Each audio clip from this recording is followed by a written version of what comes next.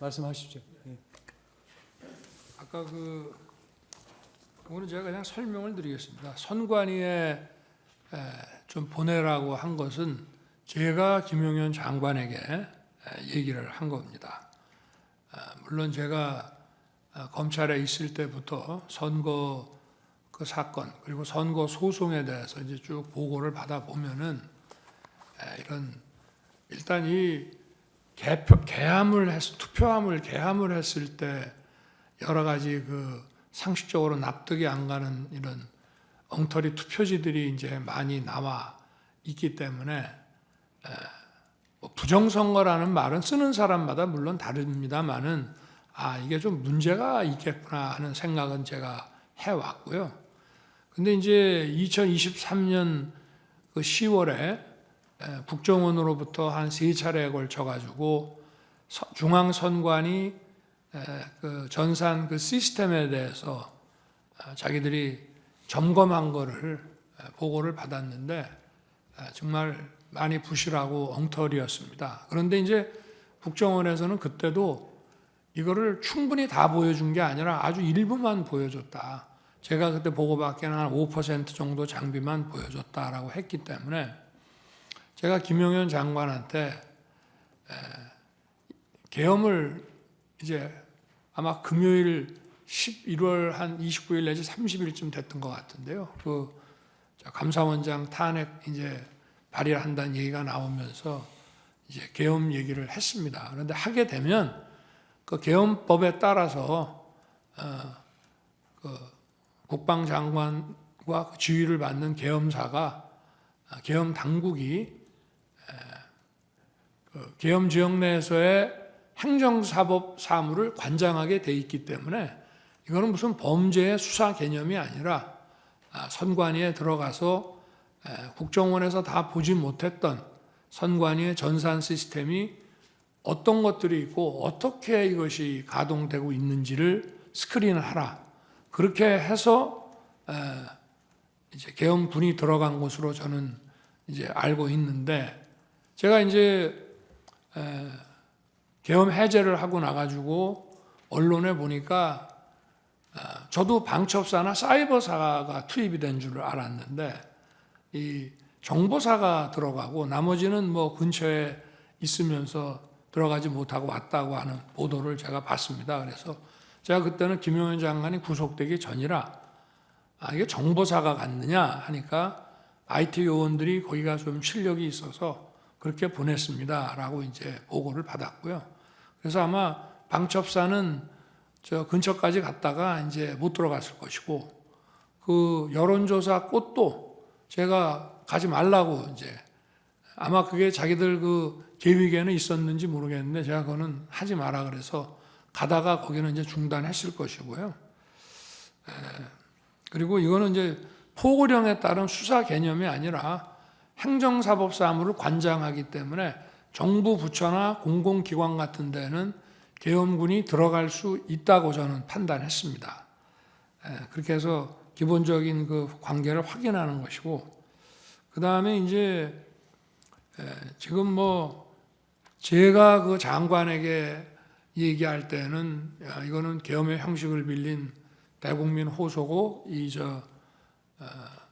국회 해제 결의가 있으면은 즉시 할 것이다라고 얘기를 하지만 저 역시도 그런 내용은 해제하고 설명을 해야지 저도 국무위원들한테 그 얘기는 계엄 전에는 얘기할 수가 없는 겁니다. 마찬가지로 국방장관도 지휘관들, 사령관들한테는 이 계엄은 곧 해제될 계엄이고 전체 군 투입은 얼마 안 된다. 이런 얘기를 안 하고 이제 필요한 대통령의 선포에 따라서 각자 맡은 업무를 하도록 했기 때문에 각자 정해진 매뉴얼대로 하다 보니까 전하 장관이 생각한 것 이상의 어떤 준비를 했을 수는 있습니다만은 지금 여기 방첩사는 이제 합수본으로 나가게 돼 있고 그리고 이제 육군참모총장은 계엄사령관으로 이제 발령을 이미 받았죠. 그런데 합수본부나 계엄사령부가 그 조직이 만들어지기도 전에 국회의 해제 요구에 따라서 군 철수 지시를 하고, 그리고 군 철수 지시하기 전에 벌써 제가 국무위원들을 부릅니다. 나와서 비상계엄 해제를 하려면은 국무회의를 해서 또 해제를 해야 되기 때문에 집에 들어간 국무위원들을 나오게 하고, 그 시간까지 기다리기가 뭐해서 저 장관하고 계엄사령관을 불러서 저 군을 철수시켜라. 특히 국회에 있는 군은 이동수단이 도착하기 전이라도 무조건 경내에서 빼내라. 이제 이렇게 하고, 그리고 기다려도 이제 저 국무위원들이 빨리 도착을 안 하니까 제가 먼저 브리핑룸으로 가서 군은 철수시켰고 이제 정족수가 채워지면 계엄 해제는 곧 한다, 이렇게 이제 발표를 합니다. 그래서 지금 뭐 여러 가지, 아까도 제가 말씀을 드린 게 아무 일도 안 일어났다는 말씀을 아까 드렸고요. 이번에도 역시 지금 뭐 방첩사도 많은 사람들이 조사를 받았습니다만은 방첩사 본연의 일이 아니고 방첩사가 합수본으로 이제 역할을 맡게 돼서 하는 업무인데, 합수본 자체가 지금 저 방첩사령관이 합수본부장으로 장관에 의해서 임명만 받았지 합수본 자체의 구성이 하나도 안 돼 있었습니다. 그 상태에서 해제가 됐고 아무 일도 안 일어났다는 말씀을 드리고, 계엄사 역시 마찬가지고요. 그리고 이제 아까 그 선관위에 왜 가셨냐고 하는 문제는, 제가 그래서 계엄법 7조에 따라서 행정사법사무를 관장하기 때문에 제가 평소에 의문을 가졌던 거, 또 2023년 10월에 국정원 보고를 받고 대단히 미흡하게 점검했다는 것 때문에 어떤 시스템이 있는지는 알아놔야 나중에 뭐 국정조사를 통해서든지 아니면 여론 이런 걸 통해서든지 봐야 되겠다라고 생각했기 때문에 점검을 하도록 시킨 것이고, 실제 가서 무슨 군인들은 이제 그런 장관의 이런 계엄 선포와 장관의 지시가 있으면 뭐 서버를 압수하네 뭐네 이런 식으로 생각할지 모르지만, 제가 내린 지시는 가서 무슨 장비가 어떤 시스템으로 가동되는지 보라는 거였고, 실제 아무 어떤 압수 내지는 서버 압수라는 그 하드웨어뿐만이 아니라 그 안에 있는 어떤 소프트웨어나 이런 컨텐츠도 압수한 게 전혀 없는 것으로 저는 보고를 받았습니다. 그만큼 계엄은 신속하게 해제됐기 때문에 아무 일도 안 일어났다는 말씀을 드리고 싶습니다. 이상입니다. 말씀 잘 들었습니다. 네. 혹시 소추위원 하실 말씀 있으신가요? 예. 잠깐만요. 정의는 돌려보내도 되지 않을까요? 그러면 먼저 하나 제가 질문을 해도 아니요, 되겠습니까? 그건 안 됩니까? 네. 그러면 그냥 요 말만 할 테니까 좀 요 말만 듣고 가시면 좋을 것 같습니다. 네. 바로 이 헌법재판소 재판정에서 이런 말이 나온 적이 있습니다.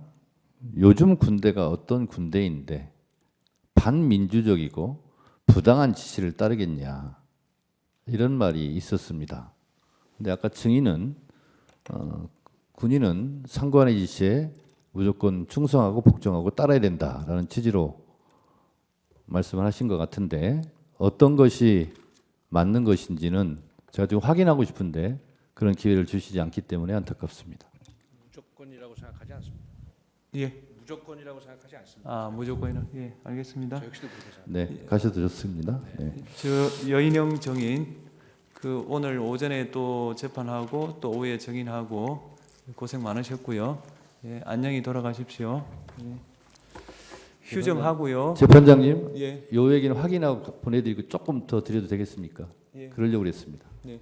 네. 오늘 주로 재판정에서 나왔던 가장 강력한 어딩이 아마 체포라는 단어일 겁니다.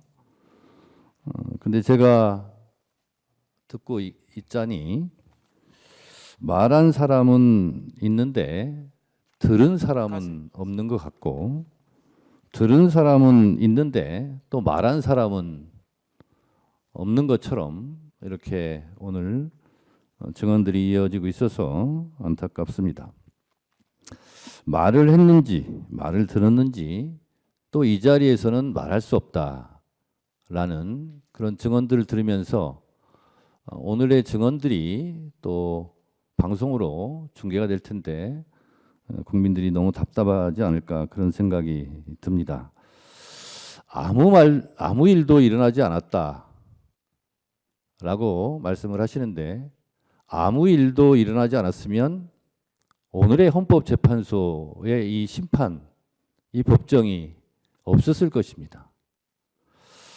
아무 일도 일어나지 않았다라는 부분에 대해서 절대 동의할 수 없고 아무 일도 일어나지 않았는데 하늘의 별 따기라는 그 군 장성들이 지금 구속되어서 재판을 받아야 됩니다. 안보상으로나 그리고 국가적으로나 국가적 큰 손실이 이렇게 일어났음에도 불구하고 그리고 대통령이 탄핵되어서 또 구속되어서 탄핵 심판도 받고 있고 형사 재판을 받아야 되는 이런 엄청난 일이 벌어졌는데 아무 일이 일어나지 않았다는 부분에 대해서는 저는 동의하기가 상당히 어렵고 국민들도 그렇지 않을까 이런 생각이 듭니다. 이상입니다.